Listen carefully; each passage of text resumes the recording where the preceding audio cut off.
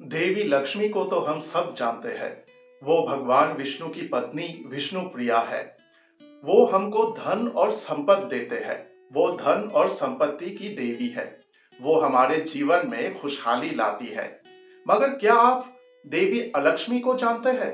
क्या आपने उनके बारे में कभी सुना है? कहा जाता है कि जब समुद्र मंथन हुई थी तो देवी लक्ष्मी से पहले देवी अलक्ष्मी वहां से प्रकट हुई थी, अर्थात समुद्र के अंदर से वो बाहर आई थी देवी लक्ष्मी से पहले। इसलिए वो देवी लक्ष्मी की बड़ी बहन भी कहलाती है।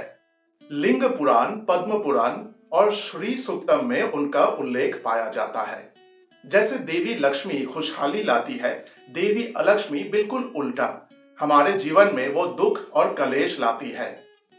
जैसे देवी लक्ष्मी सृजन के प्रतीक है, वैसे देवी अलक्ष्मी विध्वंस के प्रतीक है। मगर क्या सिग्निफिकेंस है देवी अलक्ष्मी की?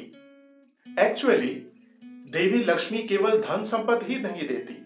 आप अगर थोड़ा गौर फरमाएंगे तो ये देखेंगे कि लक्ष्मी और लक्ष्य, इन दोनों शब्दों में एक समानता है। देवी लक्ष्मी अर्थात जो हमारे लक्ष्य पूर्ति में हमारी सहायता करती है। अगर हमारी कोई भी लक्ष्य होती है तो देवी लक्ष्मी हमें वो पाने में मदद करती है। जब हम हमारे लक्ष्य में सफल हो जाते हैं तब कहते हैं कि हमें लक्ष्मी मिल गई है या हमारी लक्ष्मी प्राप्ति हुई है। मगर जब हम अपने लक्ष्य को पा लेते हैं, अगर हम बहुत सारे पैसे इकट्ठा कर लेते हैं, बहुत सारा धन संपत्ति हमारे हाथ आ जाए या हम और कुछ कर जाए जो और लोगों से बहुत आगे हो जाता है, तब हमारे मन में अहंकार आता है। हमारे मन में दूसरों को छोटा दिखाने का एक प्रयास आता है। यही अलक्ष्मी है।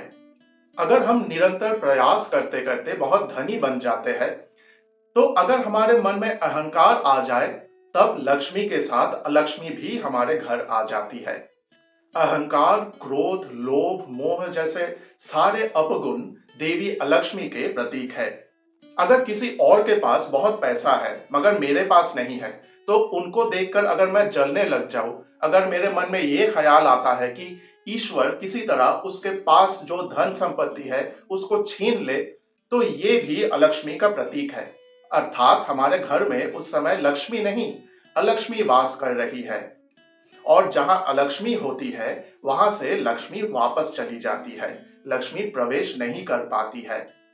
इसलिए ये देखा गया है कि अगर हम अहंकार करते हैं तो हमारे पास जो कुछ भी होता है, अहंकार वो सब कुछ नाश कर देता है। अर्थात अलक्ष्मी का आवाहन करके हम देवी लक्ष्मी को हमारे घर से दूर कर देते हैं। सोचिए कि मैं यूपीएससी या अन्य किसी परीक्षा की तैयारी कर रहा हूं और मेरे प्रयासों के माध्यम से मुझे अच्छा फल मिलता है और मुझे अच्छा नौकरी मिल जाता है या मेरा व्यापार अच्छा चलने लगता है, तब भी मेरे मन में अहंकार आ सकता है। मैं दूसरों को छोटा दिखा सकता हूं। ये भी अलक्ष्मी का प्रतीक है। ये सब कुछ करने से देवी लक्ष्मी हमसे रुष्ट हो जाती है और वो हमसे दूर चली जाती है।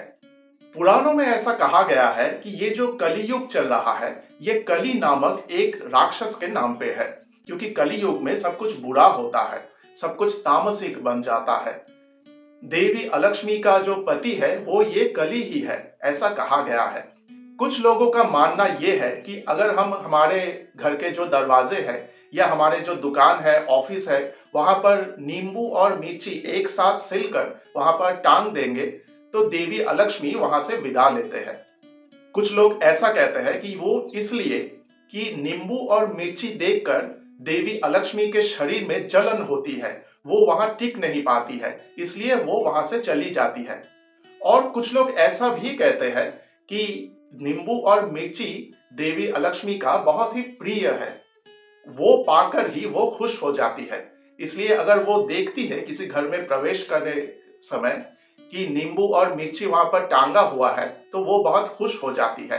वो लेकर ही वो वापस चली जाती है। तो कहानी कुछ भी हो, देवी अलक्ष्मी हमें देवी लक्ष्मी से दूर कर देती है। अगर हम चाहते हैं कि हमारे घर में देवी लक्ष्मी आए और हमारे घर में वो सदा वास करती रहे, तो अलक्ष्मी से हमें दूर रहना पड़ेगा।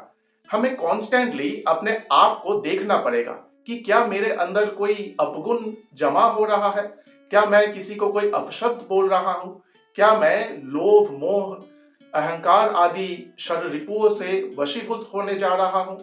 अगर ऐसा हो रहा है तो इसका नाश हमें ही करना पड़ेगा। तब जाके हम अलक्ष्मी को दूर रखकर देवी लक्ष्मी को हमारे पास रख पाएंगे।